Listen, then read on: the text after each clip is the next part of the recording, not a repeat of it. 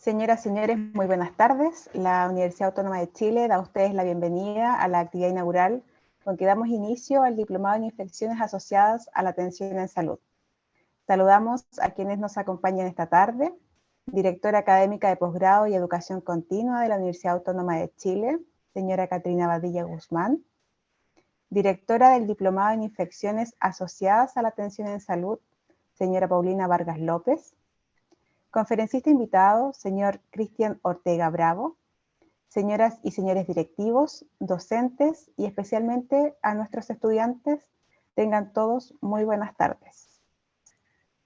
Para comenzar nuestra actividad, se dirige a ustedes la directora académica de posgrado y educación continua de la Universidad Autónoma de Chile, señora Catrina Badilla Guzmán. Buenas tardes a todos. En nombre de la Universidad Autónoma de Chile les doy la bienvenida a esta nueva versión del Diplomado en Infecciones Asociadas a la Atención en Salud.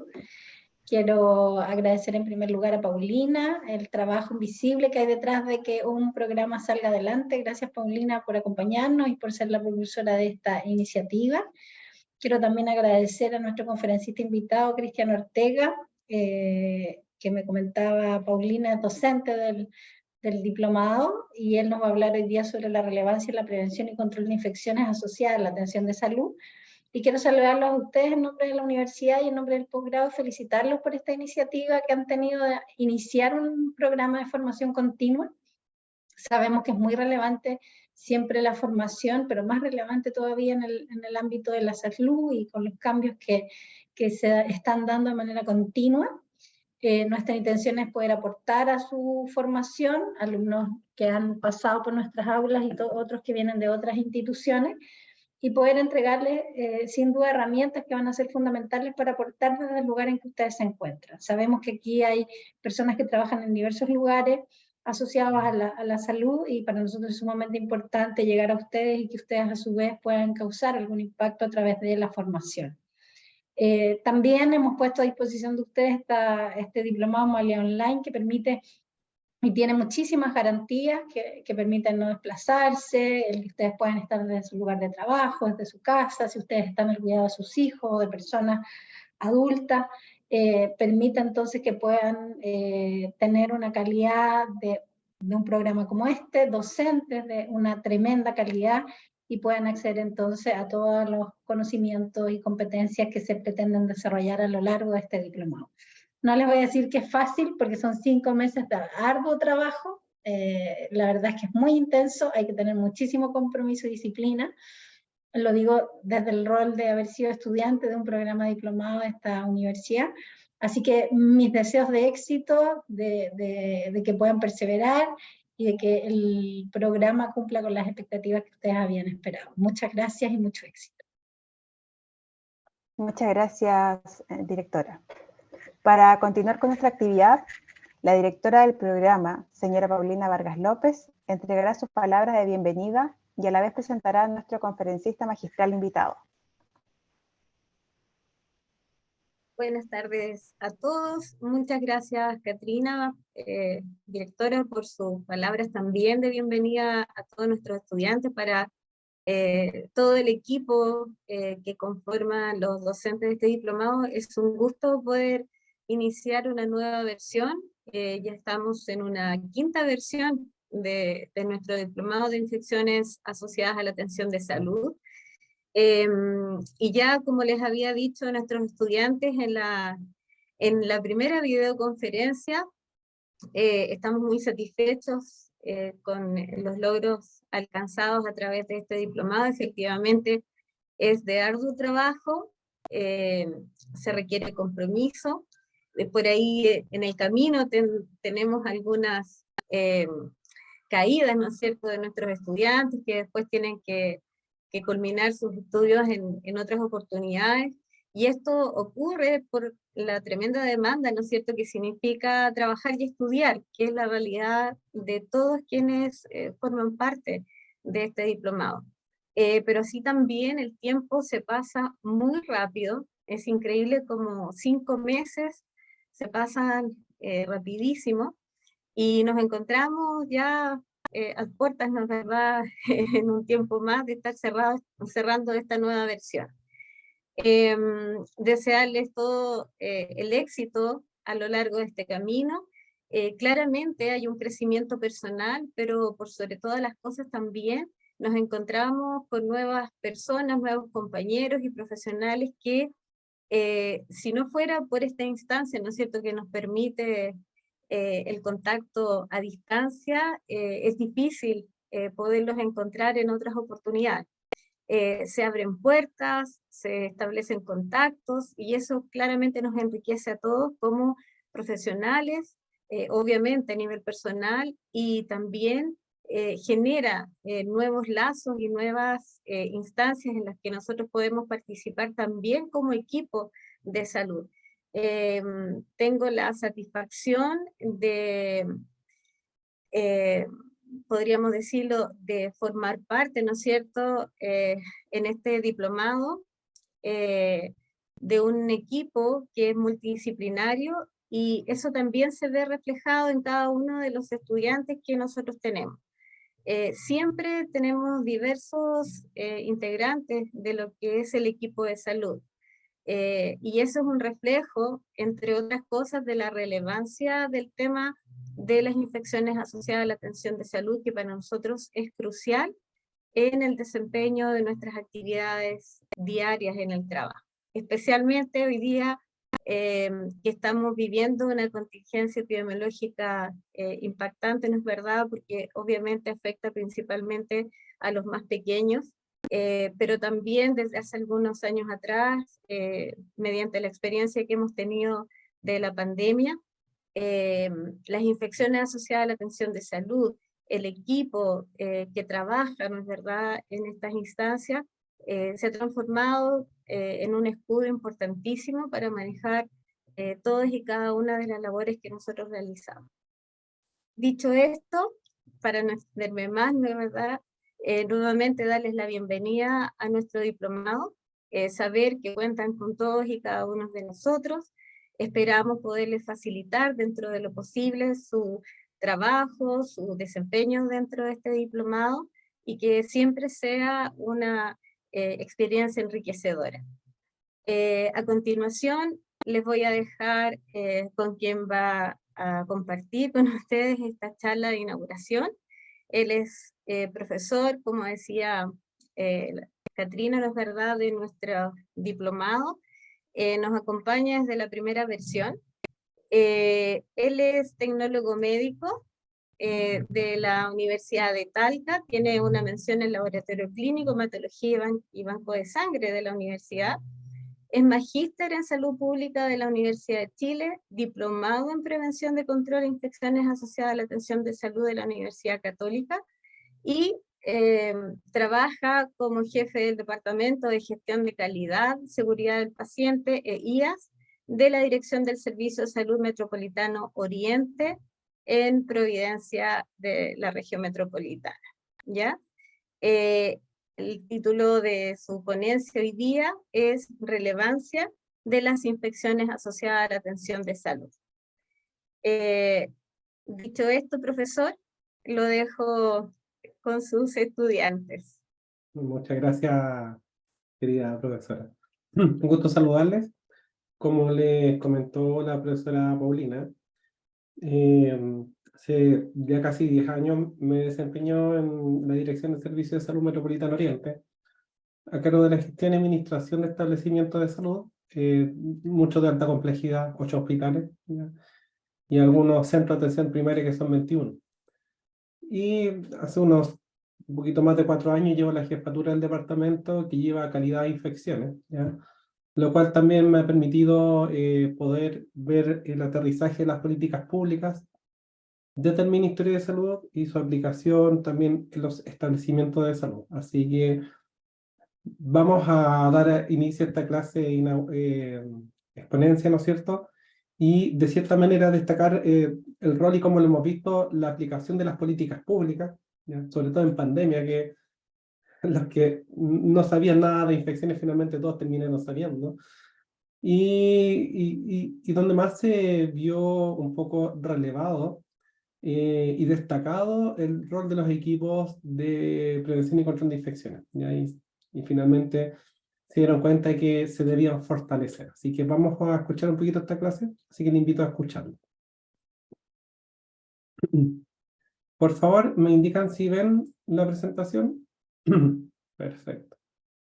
Miren, bueno, a modo de introducción, podemos decir que las infecciones asociadas a la atención de salud son una importante causa de morbilidad, ¿ya? Es decir, nos perjudican la salud y también mortalidad. De hecho, estas infecciones asociadas a la atención en salud, es decir, que si en un contexto de atención en salud, puede ser hospitalario, mató mucha gente, sobre todo en el COVID-19 y sobre todo en el contexto de brotes, ¿ya? Por eso dice inmortalidad. Y además conllevan un importante impacto económico. Es decir, por ejemplo, por día que usted pasa hospitalizado, póngase usted que iba a ser hospitalizado para operarse, pero lamentablemente adquirió una infección en el ambiente intrahospitalario y se prolongó su estadía. Piense usted cuánto vale un día cama, sobre todo si se complicó y lo tuvieron que aumentar su estadía en una cama UCI. El valor es mucho mayor. Costo económico, ¿no es cierto? Tanto por la hospitalización, costo emocional por la lejanía con su casa, costo monetario, probablemente por días no trabajados, en fin. Entonces se definen como aquellas infecciones que no estaban presentes ni incubándose al momento en que el paciente asiste o es admitido en el centro de salud. Es decir, es con la consecuencia directa de la atención que recibe. Entonces, desde ahí donde nosotros nos cuestionamos cuando un paciente adquiere una infección que no la traía, pero nosotros fuimos agente causal de que el paciente adquiriera con las consecuencias morbilidad y mortalidad. Entonces, al término se refiere a una asociación causal entre la atención que yo otorgo y el comienzo de la sintomatología. Entonces, es momento de analizarnos a nosotros mismos y decir, ¿cómo nosotros, como profesionales de la salud, podemos prevenir este contagio que perjudicará la vida del paciente? Yo creo que ninguno de ustedes, cuando se atiende en una institución de salud, quiere salir infectado, ¿no es cierto? Sobre todo que hoy en día el tipo de agente que hay en los hospitales son agentes cada día más resistentes. De hecho, hay una normativa que se llama, que son los ARAIS, que son los agentes con resistencia con importancia en salud pública, que uno los vigila desde tanto las cepas, ya que uno detecta en los hospitales, las tiene que mandar al Instituto de Salud Pública. Y son el evento adverso más frecuente durante la atención de la salud. Y ninguna institución del planeta puede considerar que ha resuelto el problema. Entonces, si yo le decía que es un evento adverso, claramente esto se ve reflejado en un estudio que se llama To Err is Human. Este fue un estudio que se publicó en los Estados Unidos por los 90 y que dice Building a Safer Health System. Construyamos un sistema de salud seguro. ¿Por qué? Mira, revita el libro y dice, primero no hagamos daño. Porque lo que más hacemos en los establecimientos de salud es causar daño. Como yo le decía, una infección asociada a la atención en salud es aquella que no estaba presente en el paciente al momento de internarse en el hospital, pero producto de una atención, ya que un no lavado de manos, por ejemplo, transmitimos un agente bacteriano de un paciente a otro y probablemente o le causó morbilidad, ¿no es cierto?, o llegó a producir la muerte del paciente. Tanto es así que este estudio tuvo tanto impacto que se dieron cuenta que todos los errores en medicina, ya sea por infecciones o cirugía en el sitio equivocado, o lo que sea, o errores en la medicación, mataban más que los accidentes de tránsito que ocurrían en la calle, ¿se fijan? Mataban más que los cánceres de mamas en los años 90 y que el SIDA. Suena impactante, pero este estudio nos dice que todos los eventos adversos que se producen en los hospitales matan más que los accidentes de tránsito. Es decir, que internarse en un establecimiento hospitalario es realmente como tirarse de un bungee, ¿no es cierto? Es súper riesgoso. Y hasta que se cuantificó. Entonces, por eso han habido tantas políticas públicas a futuro, como los programas de prevención y control de infecciones, como la acreditación en calidad, ¿no es cierto?, para otorgar prestaciones más seguras para los pacientes. Entonces, como les decía de un principio, si una infección es considerada un evento adverso, bueno, son estos adversos los que le perjudican al paciente. Entonces, la verdad es que estos pensadores, después de este estudio, sacaron un modelo, ¿ya? Un modelo de queso suizo en la producción del daño. Se llama el modelo de Reason. Y dice que al extremo derecho están los riesgos y al extremo izquierdo está el daño. Pero para que ocurra ese daño, nosotros podemos establecer defensas en el sistema. Por ejemplo, dice, muchas veces cuando se atraviesa la barrera, por ejemplo, del queso suizo que dice falta de supervisión, nos acercamos al daño. Aquí, por ejemplo, dice baranda en mal estado, comunicación deficiente, falta de protocolos, ¿ya? Y por eso los equipos de los establecimientos de salud se llaman programas de prevención y control de infecciones. Está el riesgo, ustedes con su programa de prevención ponen las barreras del sistema, que es el modelo del queso suizo, ¿no es cierto? Que ustedes van atravesando este queso, nos vamos acercando al daño. Por eso es importante tener programas de control, prevención y control de infecciones fortalecidos en los establecimientos de salud. Bueno, entonces yo creo que esta pregunta ya está respondida. Dice, ¿las CIAs corresponden a eventos adversos? Claro, lo siento, porque evento adverso es una situación o acontecimiento inesperado. Usted no esperaba que cuando fue por la cirugía tuviera una infección del sitio quirúrgico relacionada con la atención sanitaria recibida por el paciente, que puede tener consecuencias negativas para el mismo, pero que no está relacionado con el curso natural de su enfermedad por la cual se fue a atender al hospital. Y puede tener un evento centinela cuando le puede producir la muerte. En este caso, las infecciones pueden, lamentablemente. Entonces, el problema de esto es que día a día las infecciones provocan prolongación de estadías hospitalarias. Imagínense la atención del sistema público hoy en día y también del sistema privado cuando en estos tiempos de campaña de invierno nos damos cuenta que la ocupación de camas críticas está por las nubes, ¿no es cierto? Imagínense un paciente se nos infecta, probablemente producto de la infección está ocupando más camas críticas, porque si no hubiese tenido la infección, probablemente yo hubiese egresado el paciente para su casa, ¿ya? O una cama de menor nivel, ¿ya? Entonces, por eso es importante que le tomemos el peso a la prevención de infecciones. Más encima de una mayor resistencia a los microorganismos, a los antimicrobianos, ocasionando enormes costos adicionales para el sistema de salud, para los pacientes y sus familias. En unos casos más graves, la muerte es innecesaria. Tanto es así que hay muchos estudios, ya que ustedes podrán ver en la historia de las infecciones, que este fue un estudio, el CENIC, ¿ya? Surveillance and Control Programs in Preventing Nosocomial Infections, ¿ya? El CENIC, que dice que la eficacia de la vigilancia y programa de prevención y control de infecciones en prevenir infecciones nosocomiales en los hospitales de Estados Unidos, ¿ya? Este estudio, fíjense que fue se publicó en la Journal of American Epidemiology en el 85. Pero fíjense que este estudio se llevó a cabo entre los 70 y 75. Y se dieron cuenta que, dice, en una muestra representativa de los hospitales de Estados Unidos, los autores encontraron que el establecer una vigilancia intensiva de infecciones y tener programas de control fortalecido estuvo fuertemente asociada con la reducción de las tasas de infecciones del tracto urinario, infección del sitio quirúrgico, neumonía y bacteremia entre el 70 y el 75. Entonces, ahí ellos establecieron que los componentes esenciales de los programas incluyen tener vigilancia, ¿no es cierto?, activa, y teniendo un equipo entrenado con un médico y una enfermera cada 250 camas. Y ahí es donde viene esta relación de una enfermera para cada 250 camas. Fíjese que estos programas con aquellos componentes reducen las hospitalizaciones, la infección, en el 32%.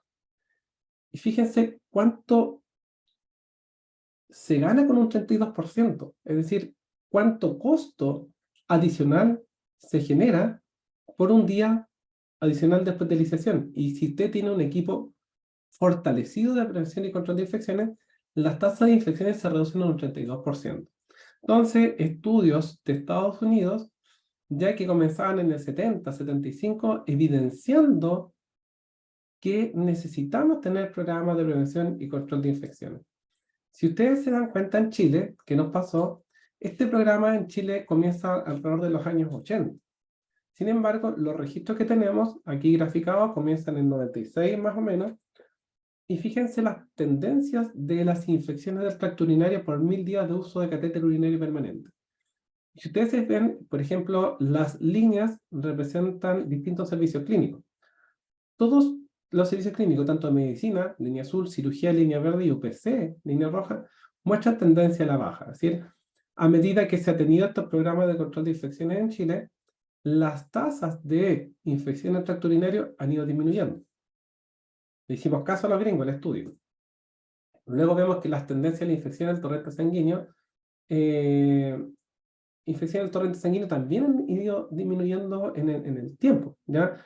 Tasa de infecciones por 1000 días de uso de catéter, ¿ya? De catéter venoso central del verde, ¿ya?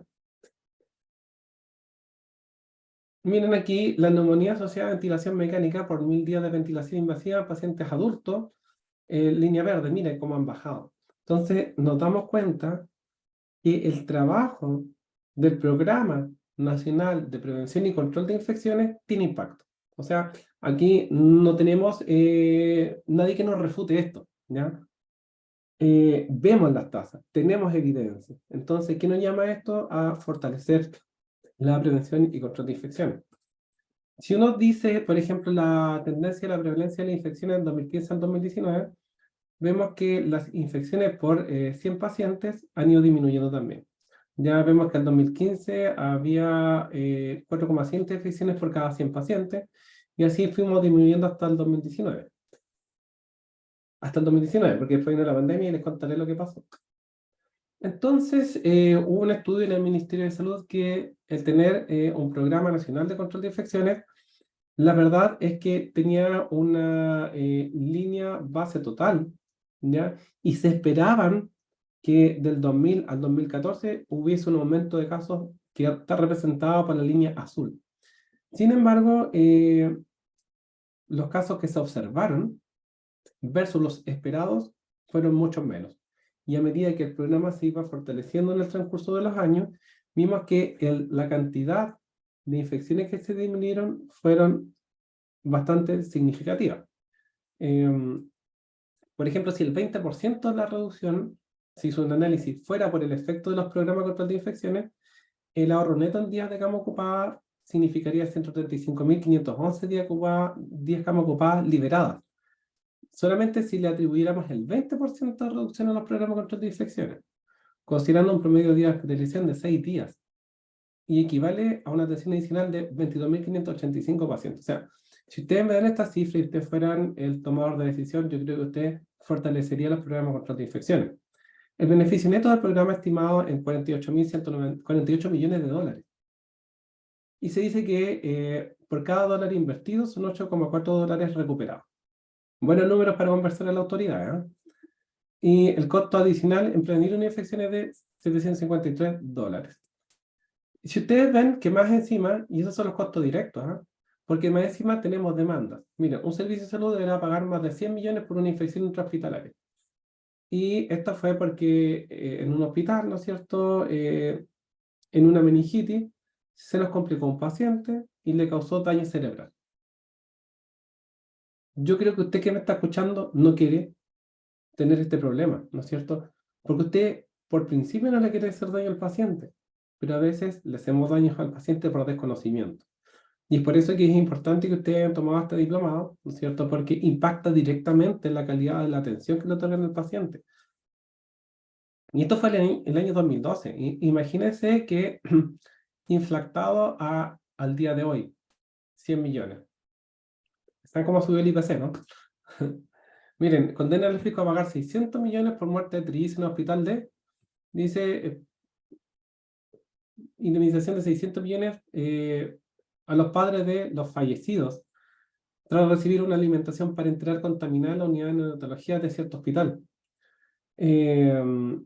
Dice que hubo falla en el servicio, dado que la contaminación del alimento se originó en la farmacia del hospital, en una unidad que funcionaba bajo parámetros de higiene y control permitido, por lo que debió ser reconstruida posteriormente.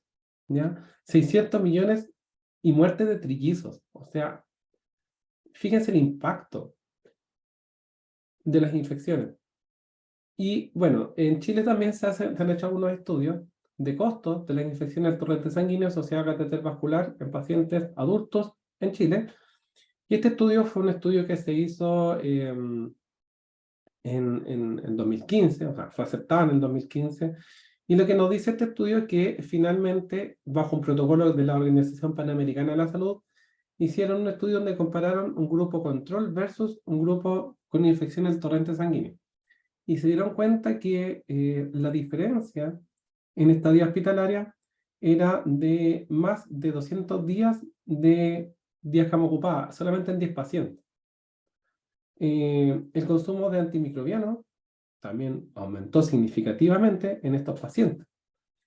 Si ustedes ven que el costo día cama en pesos chilenos nos da una diferencia adicional de diferencia costos pesos chilenos, miren, fueron de 21 millones de pesos en 10 pacientes nomás, por cama UPC.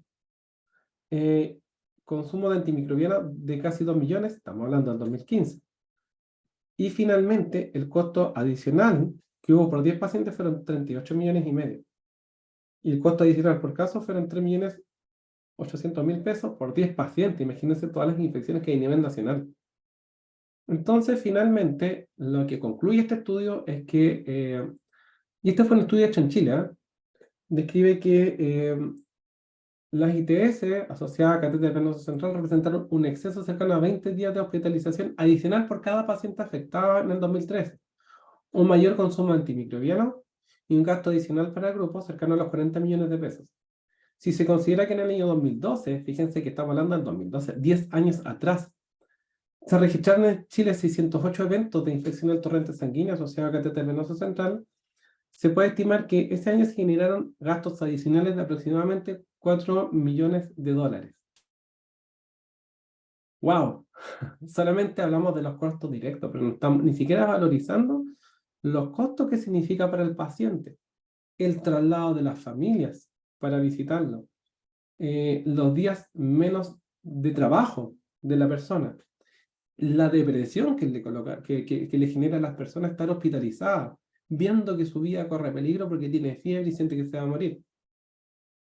Entonces, también tenemos otro estudio que también se hizo en Chile en el 2003, que fue en la revista chilena de infectología, que dice costo de la infección intrahospitalaria en hospitales chilenos de alta y media complejidad, finalmente descubriendo lo mismo, ¿ya?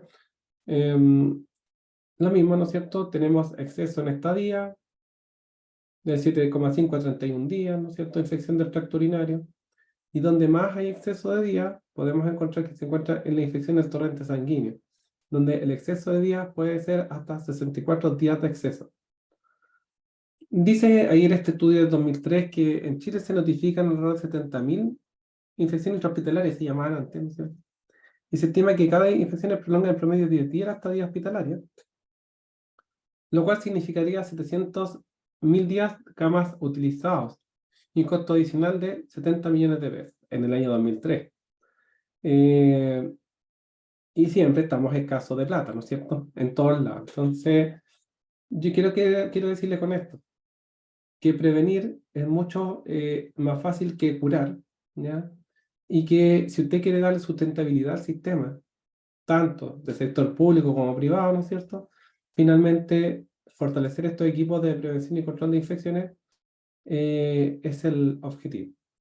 Entonces, toda esta transmisión de agentes antimicrobianos se explica porque hay una cadena de transmisión, es decir, el agente, ¿no es cierto?, tiene que salir de un reservorio, ¿ya? Este reservorio puede ser inanimado, como vemos ahí un lavamanos, o animado, que es una persona, ¿no es cierto? Muchas veces el agente se encuentra en nuestra vía respiratoria, puede ser, o agentes que se encuentran en los lavamanos, ¿ya? Que a través de una puerta de salida, por ejemplo, que son las vías respiratorias en la mano de las personas, y mediante un mecanismo o una vía de transmisión, que puede ser contacto o gotita, llega a la puerta de entrada de un huésped susceptible y se produce la infección. Y esa es la cadena de transmisión que se maneja a nivel ministerial y que es la teoría de la transmisión de la infección asociada a la atención de salud. Y de ahí es donde se generan las políticas públicas para prevenir y controlar las infecciones. Entonces, esto vemos que también viene desde el año, muchos años, ya por no decir un chilenismo, pero fíjense que Semmelweis del año 1842 se dieron cuenta que aquellos médicos que atendían parto de la primera clínica, dice First Clinic, ya eran estudiantes de medicina, y a la derecha tenemos la segunda clínica, que era atendida por matronas en los partos. Entonces, la diferencia entre los médicos y las matronas era que los médicos venían de hacer autopsias y no se lavaban las manos. ¿Ya? En cambio, teníamos la segunda clínica que efectivamente era atendido por matronas y no venían de hacer autopsias. Entonces, Semmelweis fue un médico que empezó a observar este fenómeno, y fíjense que ni siquiera se conocía la agente causal en aquel tiempo. Pero él, mediante una observación, hizo una intervención. Dice Semmelweis Hand Hygiene Intervention. Entonces, en el 1847, aquellos partos que eran atendidos por médicos en la línea azulita o morada que se ve arriba, ¿no es cierto? Él introduce una intervención, que fue el lavado de manos. Y fíjense que introduciendo el lavado de manos, ¿qué pasó con la mortalidad materna? Se igualó a aquellas mortalidad materna que eran observadas en esta clínica 2. Entonces, si vemos del año 1840, sin tanta tecnología, sin conocer el agente causal, se dio cuenta que puede prevenir las infecciones asociadas a la atención de salud con un lavado de manos. Pero la realidad chilena es cruda. Miren, en tiempos de pandemia, en el año 2020, nos dimos cuenta que una encuesta internacional reveló que los chilenos dan poca importancia en lavarse las manos y evitar espacios públicos. El país apareció en el último lugar de las medidas para prevenir el contagio del virus. Solo un 64% prioriza la higiene de manos y un 28% planean no concurrir en lugares públicos. Según la OMS, el 95% de la población del mundo no se lava las manos después de ir al baño. Probablemente los chilenos estamos ahí, y el 95% de la población a nivel mundial no se lava las manos, también la misma noticia abajo. Entonces, nos damos cuenta que una investigación del año 1800 que nos están diciendo que lavarse las manos tiene un impacto al día, 100 años después, y vamos a ir para los 200 años después que no aprendemos a lavarnos las manos. Triste noticia, ¿no es cierto? Bueno, entonces, por eso también está el Día Mundial del Lavado de Manos, ¿no es cierto? Y la UNICEF recuerda que más de 300.000 niños menores de 5 años murieron en todo el mundo por enfermedad diarreica, ligada a la falta de agua potable y saneamiento. Esto implica que cada día murieron 800 niños. Sin embargo, muchas de estas muertes se podrían haber evitado a través del simple gesto de lavarse las manos con jabón. Impacto. Impactante esta noticia. 800 niños. Hoy día vemos, ¿no es cierto?, cómo se mueren niños también, producto de esta pandemia. O de esta crisis de invierno, ¿no es cierto? Y estas crisis no fueron menores en tiempos de pandemia. Fíjense ustedes que en el año, yo le mostré las disminuciones de las infecciones a través del tiempo, ¿no es cierto? Pero fíjense que en el año 2020-2021, miren cómo aumentaron las infecciones del tracto urinario por 1000 días de catéter urinario permanente. El mal manejo, el mal lavado de manos, la saturación, la fatiga pandémica, nos produjo que nosotros aumentaran las tasas. Miren cómo aumentaron en UCI, donde tuvieron más pacientes ventilados. Aumentaron, ¿no es cierto? Disminuimos los niveles más o menos del 2015. Miren lo que nos pasó con infecciones de torrente sanguíneo. Por catéter venoso central, fíjense que en el 2020 en adelante, que fue el año de pandemia, la fatiga pandémica, el contratar alumnos de pregrado sin la capacitación necesaria en prevención y control de infecciones y la falta de supervisión hizo que se nos elevaran las infecciones del torrente sanguíneo asociadas a catéter venoso central a niveles que, si uno extrapola este punto verde hacia atrás, nos retrocedieron más de 10 años, digamos a niveles del 2000, perdón. Lo mismo pasó con la neumonía asociada a ventilación mecánica. Miren, en pacientes adultos, cómo aumentó al 2021, si uno mira para atrás, ¿no es cierto? Retrocedimos hasta el 2012, más o menos. Bueno, ¿son relevantes las guías?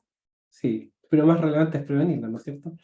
Y fíjense que los brotes, por mala praxis de nosotros, fíjense que desde el 1 de enero del 2020 hasta el 20 de enero del 2021, que fue año pandémico, el Programa Nacional de Control de Infecciones, que es el Ministerio de Salud, fue informado de 423 brotes de IAS. Un 455% del promedio de brotes epidémicos está informado en los últimos 5 años. O sea, si ustedes ven el 2020, miren, la cantidad de brotes que hubo y todos los brotes que fueron asociados a COVID. Significa que nosotros tenemos muy malas prácticas, ¿ya? Y el 84,4% correspondió a brotes de COVID-19. Y por último, por penúltimo, perdón, porque ya voy finalizando, si ustedes se fijan, las bacterias y los agentes transmisibles tienen mucho impacto en la diseminación. Mire, en los Estados Unidos, en el 2001, había solo un estado que tenía microorganismos que eran Klebsiella pneumoniae productora de carbapenemasa. Y fíjense que en 10 años después, casi todos Estados Unidos, todos los estados tenían bacterias productoras de carbapenemasa. Miren, si ustedes ven que la penicilina fue descubierta en el año 1941, en el año 1942 ya había un estafilococo aureus resistente a la penicilina. Como que descubrimos la píldora, pero los microorganismos como que se nos ponen más inteligentes. Fíjense que la vancomicina en el año 1958 fue descubierta y liberada, y ya en el 88 ya teníamos vancomicina, enterococos resistente a la vancomicina.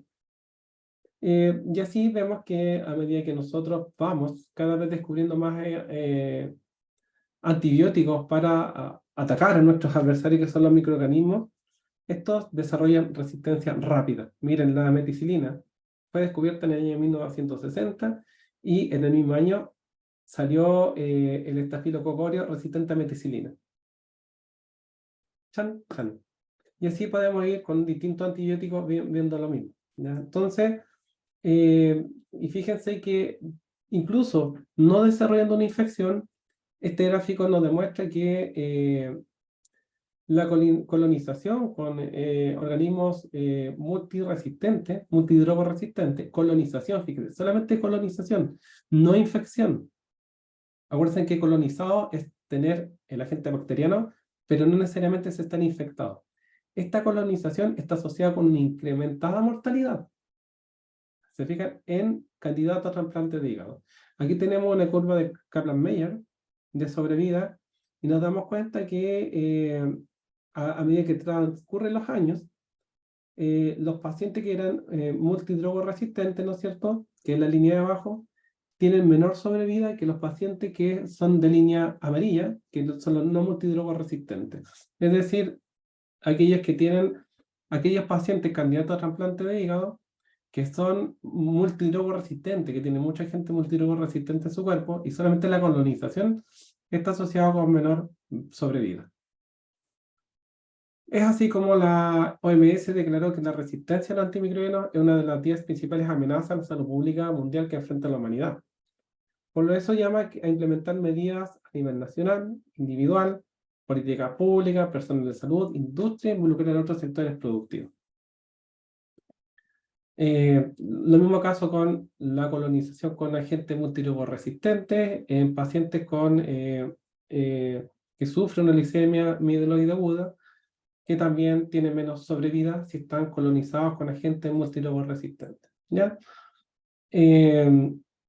Y es así como tenemos tanta gente multidrogoresistente que finalmente en el año 2018 reitera instrucciones de aislamiento de pacientes. Y tanto nos cuesta a las instituciones aislar a los pacientes porque están tensionados, por ejemplo, la demanda hospitalaria. Fíjense ustedes que si ustedes dicen disminuya cama en un servicio clínico, los directivos nos miran mal, porque está tan tensionada la red que lo que más queremos es meter cama y meter pacientes. Pero si tenemos a gente que están infectando a los pacientes, tenemos que aislarlos. Y así como dice, el aislamiento de pacientes tiene alto impacto en la prevención de infecciones, tanto durante los brotes epidémicos como en el manejo habitual de pacientes infectados. Y es así como estos aislamientos se deben realizar con precauciones de contacto, cuando tenemos, por ejemplo, miren, habitación individual, cuando tenemos a gente que se transmiten por contacto. Precaución de transmisión por gotitas, por ejemplo, el COVID-19, que son estas gotitas que salen de nuestra nariz y boca, que también le pide una habitación individual del paciente. O dice, en caso de no disponerse de habitación individual, se puede hospitalizar con otros pacientes, pero con el mismo mecanismo de transmisión. Es decir, que el otro paciente también tiene el mismo agente, pero no mezclar con pacientes no infectados. Y tenemos aislamiento aéreo, donde más encima, fíjense que aquí tenemos agentes que se transmiten por el aire y no por gotitas, es decir, que ellos que quedan flotando en el aire. Entonces, más encima, tenemos que a esta habitación que es individual, introducirle recambios de aire por hora, ¿ya? Y tenemos que tener presión negativa, ¿ya? Así que, es decir, con respecto al exterior, para que el aire no salga de la pieza e infecte a otros pacientes. Así nos preparamos. Es tenso, tenso hacer aislamiento, porque cada vez que usted hace un aislamiento, quita espacio para atender a otros pacientes, ¿ya? Como les decía yo, tenemos agentes que son considerados ARAIS, que son agentes con resistencia a los antimicrobianos de importancia de salud pública y que se deben vigilar. Y aquí tenemos algunos, por ejemplo, que son enterobacterias, Cinetobacter, pseudomonas, productoras de carbapenemasa, Acinetobacter baumannii resistente a colistin, etc. Y por último, ya, esto es por última, no miento, nace, ¿no es cierto?, de la ley de derechos y deberes de los pacientes. Fíjense que las infecciones, si ustedes de repente dicen, ¿saben que no son tan relevantes? Yo les digo que sí, porque más encima están en la ley. Miren, la ley 20.584, que es la ley de derechos y deberes de las personas, establece que toda persona tiene derecho a que, en el marco de la atención de salud que se le brinda, sean atendidos, ¿no es cierto?, con protocolos establecidos en materia de seguridad del paciente y calidad de la atención, ¿ya? Y dice adicional, referente a materias tales como infecciones intrahospitalarias. ¿Se fijan? Esto fue el 2012, y ahí se llamaban infecciones intrahospitalarias, pero hoy en día se llaman infecciones asociadas a la atención en salud. Entonces, esto está en la ley, que trabajamos con protocolos establecidos en materia de seguridad del paciente y calidad de la atención, en materia referente a tales como infecciones intrahospitalarias.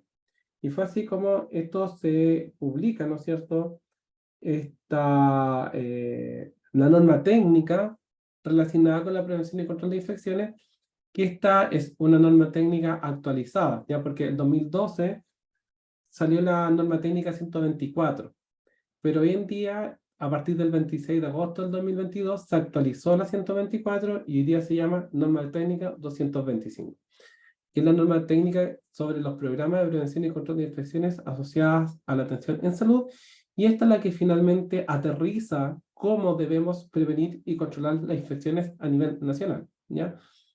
Y se compone de 8 ámbitos, ¿ya?, que es organización, directrices técnicas, recursos humanos, vigilancia de las infecciones, supervisión, microbiología, aspecto del ambiente físico, monitorización de los programas de control de infecciones y vínculo con salud pública y otros sectores.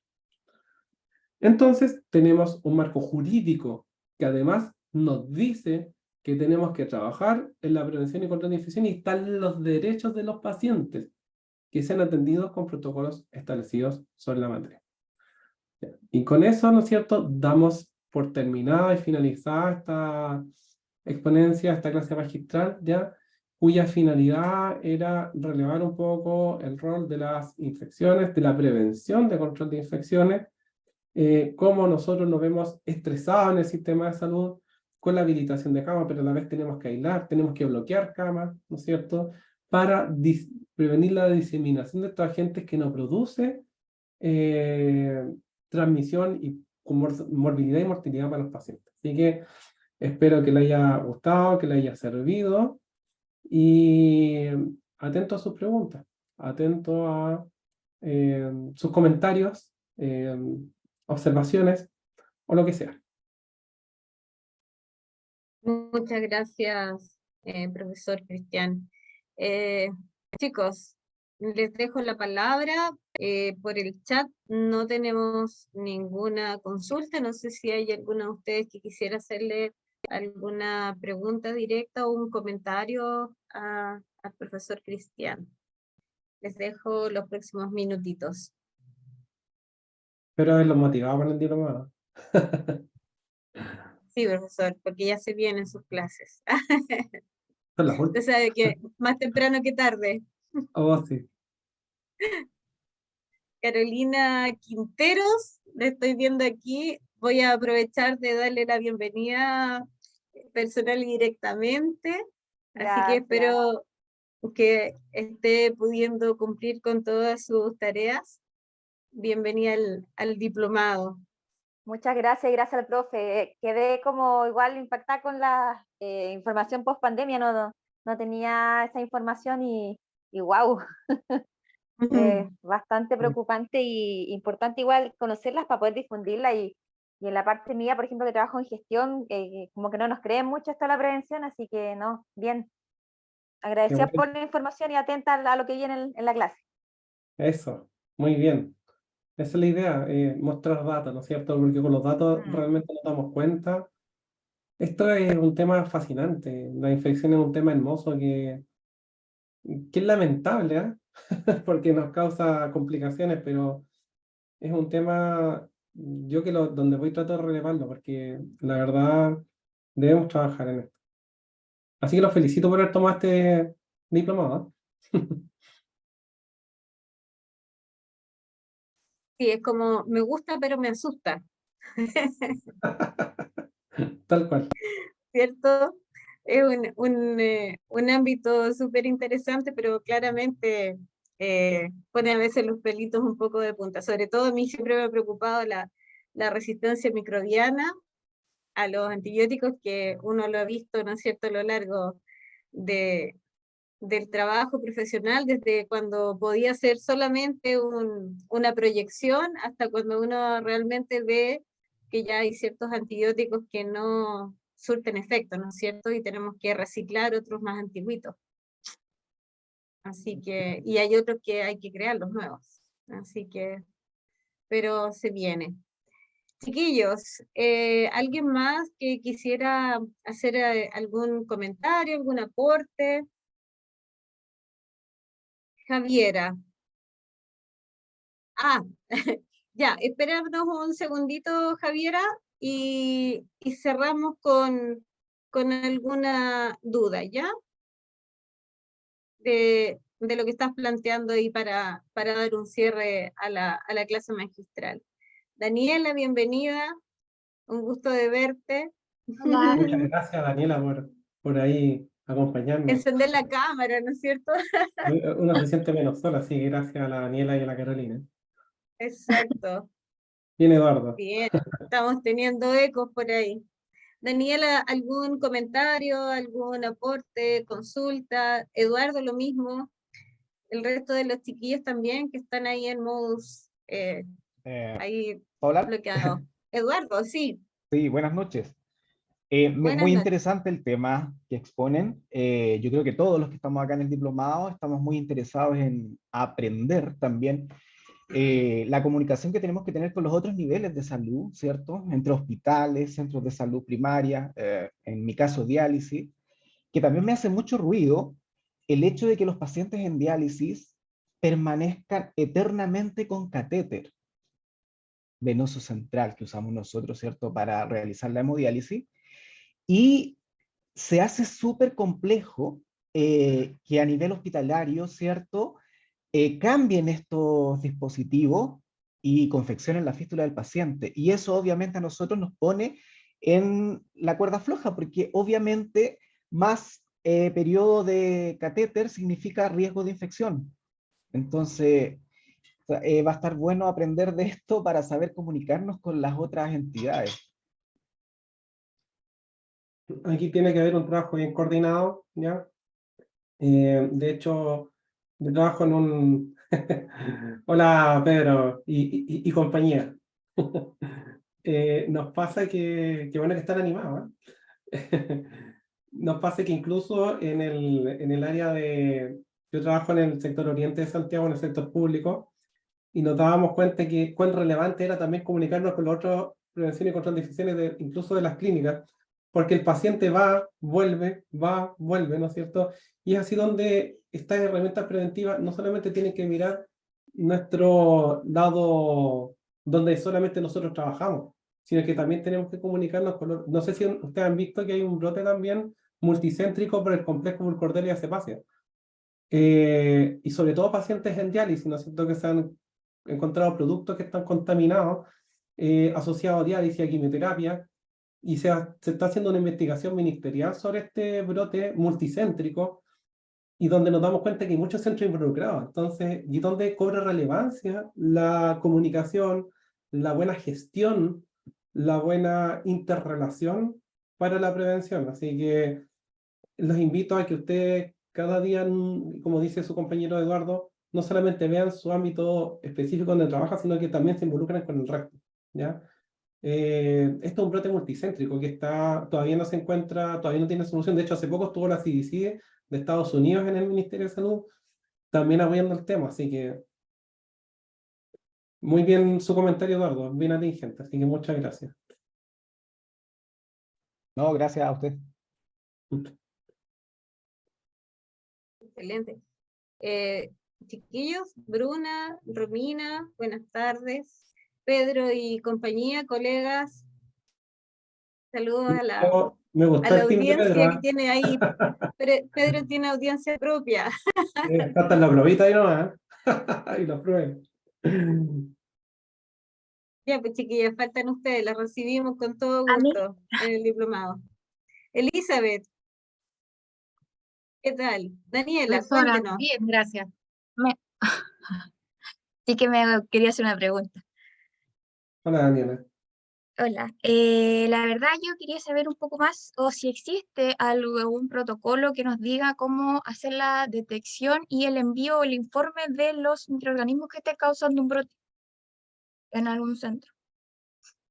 ¿Cómo se hace qué, perdón? ¿El Si existe un existe. protocolo, si existe, protocolo para qué? no me acuerdo el nombre, para el informe y detección de los microorganismos que estén causando un Sí, brote. de hecho en pandemia, el ordinario 21-24 que salió por pandemia, dice más o menos, claro, ahora yo recién lo, lo menciono porque lo tengo en mente, el 21-24 dice cómo son los contenidos del informe de estudio de brote, ¿ya? Y eso recién salió el año de pandemia, y era súper importante porque previo a la pandemia no existía otro documento ministerial que decía cómo hacer un informe de brote. Y el ordinario 21-24, que si quieren, después se lo mando con la profesora Paulina, dice cómo hacer los informes de brote, ¿ya? Así que está en el ordinario 21-24 del Ministerio de Salud, del 2021. Ya, Así que, muchas gracias. de nada, pero es información escasa, sí, ¿ah? De hecho, hay todo un tema que los brotes son considerados una enfermedad de notificación obligatoria, según el decreto 7 de enfermedad de notificación obligatoria. Y ahí toda enfermedad de notificación obligatoria debe notificarse al tiro a la autoridad sanitaria. El sector público tiene una plataforma que se llama SICARS, donde sube los brotes y es notificado al tiro a la autoridad sanitaria.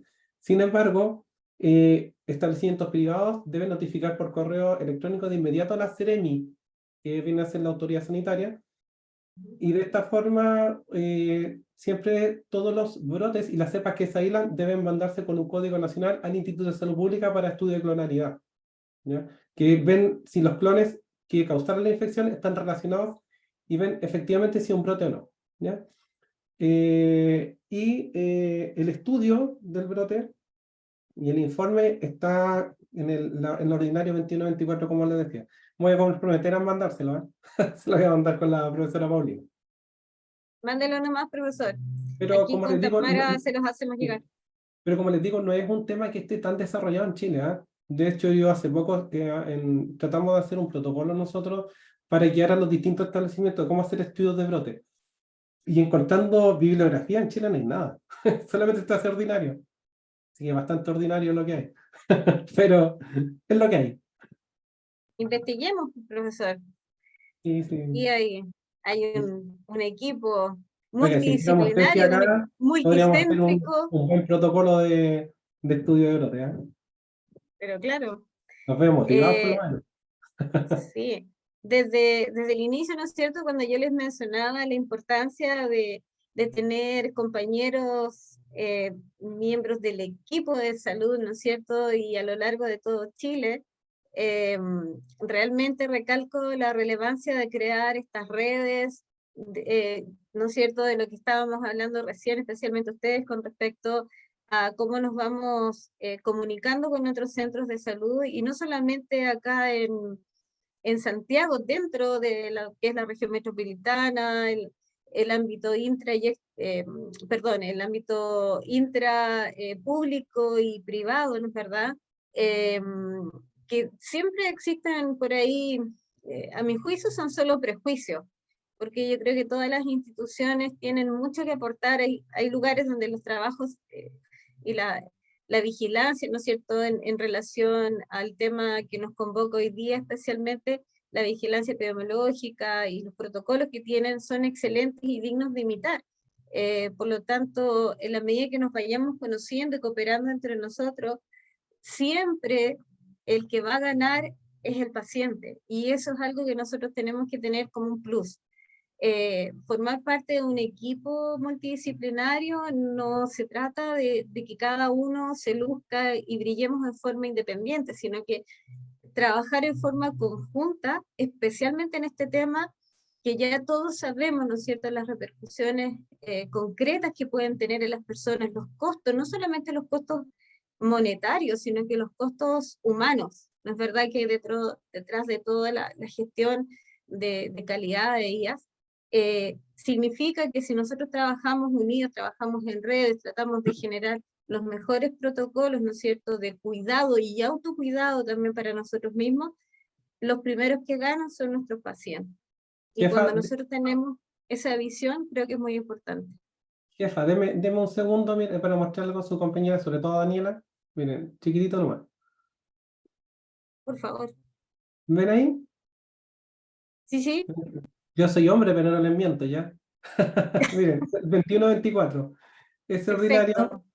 Dice, materia dice, envía instrucciones para estudio de brotes de infección asociada a la atención de salud en pandemia COVID-19. Y este es el primer documento que sale a nivel ministerial diciendo más o menos, y que incluso dice qué son los brotes de IAS, ¿ya? Fíjense que aquí dicen, empezamos al tiro con la materia. Dice, como los brotes COVID-19 asociados a la atención de salud pueden afectar tanto a pacientes como personal clínico, y en ocasiones ambos grupos simultáneamente para efectos de notificación de brotes de infecciones, se entenderá la que corresponden a aquellos con presencia de más de 2 casos. ¿Ya? Entonces, para decir que un brote son 3 casos 3 o o más. más. Más de 2 casos, 3 o más. En los que al menos uno de ellos es paciente. Entonces, si está involucrado un paciente, es un brote de IAS. En cambio, si solamente está involucrado personal de salud, este es un brote de personal de salud. ¿Ya? Entonces, infecciones o brotes de IAS son cuando está involucrado un paciente. ¿Ya? Este es el primer documento que lo dice. Y por otro lado, miren, dice cómo se investiga, ¿no es cierto? Que el director del establecimiento y da una etcétera, y después dice, independiente del mecanismo de identificación, deberá incluir, por ejemplo, el siguiente contenido. Nombre de los responsables de la investigación, definición de casos, número de casos, número de fallecidos, servicios clínicos, y dice una tablita, ¿no es cierto? En todos los brotes en que hay casos de personas de salud, contemplar la siguiente tabla, y un poquito más de instrucciones. ¿Se fijan? Es el ordinario, ¿ya? Entonces yo se lo voy a mandar a la jefa, ¿ya? Para que se los envíe. Estupendo. Mándelo nomás, profe. Así ¿Ya? que ahí estaremos distribuyendo el material directamente. ¿Ya? Yo los veo en 5 Así meses más. sí, nos veremos sí, pues ya un poquito menos de 5 meses, pues ya partimos, ya llevamos 2 semanas, así que, pero el tiempo pasa rapidito. Hay material ahí que les va a servir para el curso, que es el curso 4, ¿ya? Así que 3 y 4. Así que de todas maneras vale la pena guardar, ¿ya? Bien, chicos, ¿alguien con alguna otra consulta? Bienvenidos van a ser. ¿no? 1, 2, 3, bien. Ok, entonces, bueno, de todas maneras, cualquiera de ustedes que desee, ¿no es cierto?, hacer alguna consulta en particular, algún comentario, recuerden que entre otras cosas tienen sus foros, ¿no es verdad?, los foros consulta, el foro cafetería, donde de todas maneras pueden comentar también estas cosas. Yo sé que para los trabajos habitualmente diseñan los grupos de WhatsApp, que es comunicación más rápida, pero en lo referente a comentarios de índole académico, ¿no es verdad? Por acá tenemos varios canales con los cuales ustedes pueden seguirse comunicando. Obviamente, además de la plataforma Canvas en cuanto a mensajería, ¿no es verdad? Y directo con nuestra tutora social, Tamara, que también está aquí con nosotros ya desde hace mucho rato. Así que los voy a dejar con Constanza para ya irnos al cierre de esta actividad. Les agradecemos a nombre del diplomado la presencia de todos ustedes. Profesor Cristian, muchas gracias por su ponencia, que siempre es súper interesante y súper actualizada. ¿Ya? Connie. Muchas gracias, profesora. Bueno, de esta forma entonces vamos a concluir nuestra actividad inaugural con la que damos inicio, ¿cierto?, de cierta forma simbólica, porque ya llevan 2 semanas, al Diplomado en Infecciones Asociadas a la Atención en Salud. Desde la Dirección Académica de Posgrado y Educación Continua de la Universidad Autónoma de Chile, agradecemos la presencia de nuestras autoridades universitarias, de nuestro expositor, y por supuesto de todos ustedes, nuestros estudiantes, con quienes, cierto, ya nos vamos a ver próximamente en la siguiente sesión del programa. Que tengan todos muy buenas noches y muchas gracias. Muchas gracias a todos. Gracias a ustedes Saludos. por escucharnos. Que estén bien. Nos vemos. Saludos a todas las regiones por ahí. Buen turno para los que están trabajando. Adiós.